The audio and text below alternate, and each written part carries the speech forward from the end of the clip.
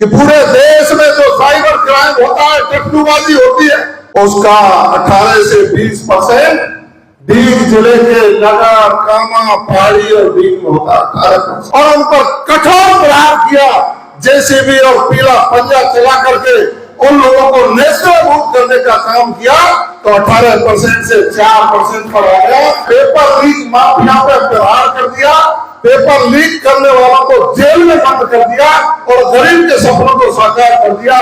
500 करोड़ के काम मंजूर होकर के नगर को चमक बनाने का काम किया जा रहा है। 45,000 करोड़ की लागत से आपके अलवर के जयसमंद बांध में पानी आएगा, रूपा रेल से सीकरी तक जाएगा, आपके अन्य क्षेत्रों में भी पानी पहुंचाने का काम करेंगे। ढाणी ढाणी जाकर आपको नहीं देखना कि अन्य समाज के लोग क्या कर रहे हैं, क्योंकि वो सब बुद्धिजीवी है। हम सब लोग मेहनत करने वाले लोग, उन बुद्धिजीवियों के साथ हमको भी बुद्धिजीवी, हमारी नई पीढ़ी को और खुद को इस निर्णय में शामिल करके ये करना है कि ये चुनाव सुखवंत लड़ रहा है, ये चुनाव हेम सिंह भराना लड़ रहा है, ये चुनाव मान सिंह गुर्जर लड़ रहा है, ये चुनाव आपका बेटा जवाहर सिंह बेड़ा लड़ रहा है।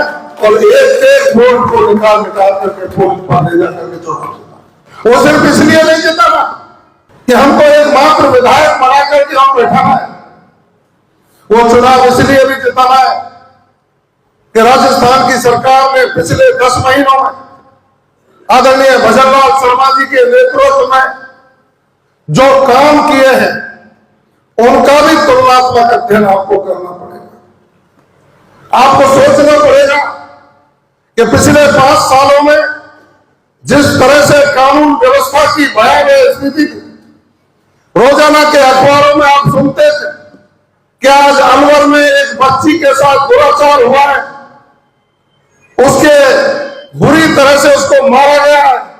आप सुनते थे जयपुर में मुख्यमंत्री की नाक के नीचे रोटी मांगती हुई महिला से एम्बुलेंस में बलात्कार किया जाता। आप सुनते थे टोरा भीम में एक बच्ची को जला दिया गया, कुएं में डाल दिया गया। आप सुनते थे जोधपुर में एक वर्ग के लोग तलवारें निकाल करके बाजार में दहशत का माहौल तैयार कर रहे। आप सुनते थे उदयपुर में कन्हैया का गया में गला रेत दिया गया है।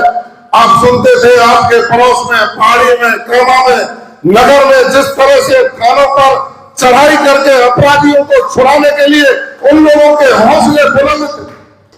अराजकता का माहौल जब हो गया, भ्रष्टाचार चरम पर चला गया, आप सभी लोग कह रहे थे कि हे भगवान जल्दी चुनाव करा और ये कांग्रेस को कारों में हुए जल्दी से जल्दी सत्ता दे दे। वो भावना तो पूरी हो गई, लेकिन अपना वकील आप नहीं पहुंच पाए। लेकिन आपकी पड़ोस की विधानसभा में, पड़ोस की क्या करो, आपका गोविंदगढ़ तो मेरे से बिल्कुल घिरा हुआ है। आपके बेटे को राजस्थान की विधानसभा में आपकी दुआओं से पहुंचा है। आप पिछले 10 महीनों में देख सकते हो जो रोजाना 2 तस्करों की गाड़ियां जो जाती थी, हौसले उनके बुलंद थे क्योंकि कांग्रेस के लोग उनसे मिले हुए रहते। आज एक भी गौ तस्कर की हिम्मत नहीं होती कि नगर में होकर के मैं गाड़ी निकाल के ले जाऊं और हिंदुओं की आस्था पर छूट। जिस तरह से एएनएक्स का टकलूबाजी का जाल, जब मैं गृह मंत्री बना, मुझे दायित्व दिया इस विभाग का, तो मैंने अध्ययन किया। अध्ययन करने के बाद मुझे पता लगा कि पूरे देश में जो साइबर क्राइम होता है, टकलूबाजी होती है, उसका 18 से 20% डीग जिले के नगर, कामा, पहाड़ी और डीग में होता है 18%, जो पूरे देश में सबसे ज्यादा आंकड़ा था। आपकी वोट की ताकत, कमल के फूल पर जब मोहर लगी और आपका बेटा राजस्थान की विधानसभा में पहुंचा और प्रदेश के मुख्यमंत्री आदरणीय भजनलाल शर्मा जी बने और उन पर कठोर प्रहार किया, जेसीबी और पीला पंजा चला करके उन लोगों को नेस्तनाबूद करने का काम किया, तो 18% से 4% पर आ गया। और अब डरते हैं, वो डरने लग गए। मैंने कई जगह सुना है।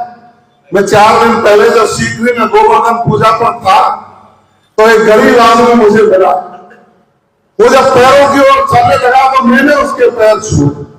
उसने कहा नहीं मुझे पैर छूने दो। नहीं, तुम बुजुर्ग हो, मैं आपके पैर छू करके आशीर्वाद दूंगा, बल्कि मैं वैसे ही पैर नहीं छू रहा।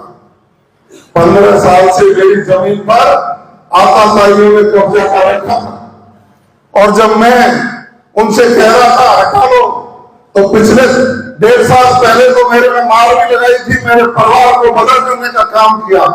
लेकिन अब की बात जब मैंने हिम्मत करके की, या तो कब्जा छोड़ दो, नहीं जवाहर के पास जा रहा हूं, सुबह कब्जा छोड़ करके मेरी जमीन साफ। इसलिए आवश्यकता है आप सब लोग कि हमारी आने वाली पीढ़ियां हमारी संस्कृति का संरक्षण हो, हमारी विरासत का संरक्षण हो। देश के प्रधानमंत्री की विकासोन्मुखी सोच और प्रदेश के मुख्यमंत्री आदरणीय भजनलाल शर्मा जी की सोच आगे बढ़ाकर इस राष्ट्र को आगे बढ़ाने के लिए काम करें।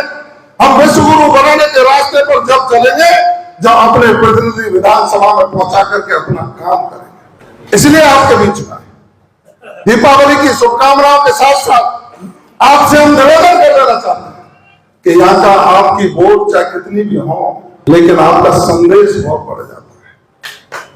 आपका जो संदेश है ना, वो पूरे राजस्थान में जाता है। मैं दौसा के गांव गांव में जा रहा हूं, कई बड़े नेता अपनी बात कह रहे होंगे, लेकिन वहां भी सब लोगों ने तय किया है। मैंने जब समाज के लोगों को आह्वान किया तो आपसे 4 गुनी संख्या में लोग अपने आप इकट्ठे हुए, और उन्होंने तय किया कि बहुत लूट लिए, बहुत बहक लिए, हमेशा घाटे के पाले में हमको खड़ा किया जाता है। 4 साल बीजेपी की सरकार चलेगी, अच्छा काम कर रही है, अगले 5 साल भी बीजेपी की सरकार आएगी। फिर हमने ऐसा कौन सा ठेका ले लिया है कि हम सरकार के खिलाफ खड़े होकर अपने बच्चों का, अपने गांव में अपने विकास को अवरुद्ध करके अपना नुकसान कर ले। एक मुश्त होकर के पंचायत करके उन्होंने कहा है कि हम कमल के फूल के साथ खड़े हों और जगमोहन को चुनाव जिताएंगे। यहां से सुखबंद चुनाव जीतेगा, 7 उपचुनाव हरे। खीवसर का गुजर कह रहा है बीजेपी को वोट देंगे, झुंझुनू के लोग कह रहे हैं बीजेपी को वोट देंगे। देवली उनियारा में आपका बेटा राजेंद्र गुजर चुनाव लड़ रहा है, उसके साथ लोग मुस्तैदी से खड़े। 45,000 करोड़ की लागत से आपके अलवर के जयसमंद बांध में पानी आएगा, रूपा रेल से सीकरी तक जाएगा, आपके अन्य क्षेत्रों में भी पानी पहुंचाने का काम करेंगे। हेमसिंह भराना जी भी डिमांड कर रहे थे कि थाना गाजी तक भी पानी आएगा। उनको धन्यवाद देना चाहते हैं कि उन्होंने ERCP की योजना को मंजूर करा दिया और हमारे पानी की समस्या को खत्म कर दिया। इसलिए बीजेपी को वोट।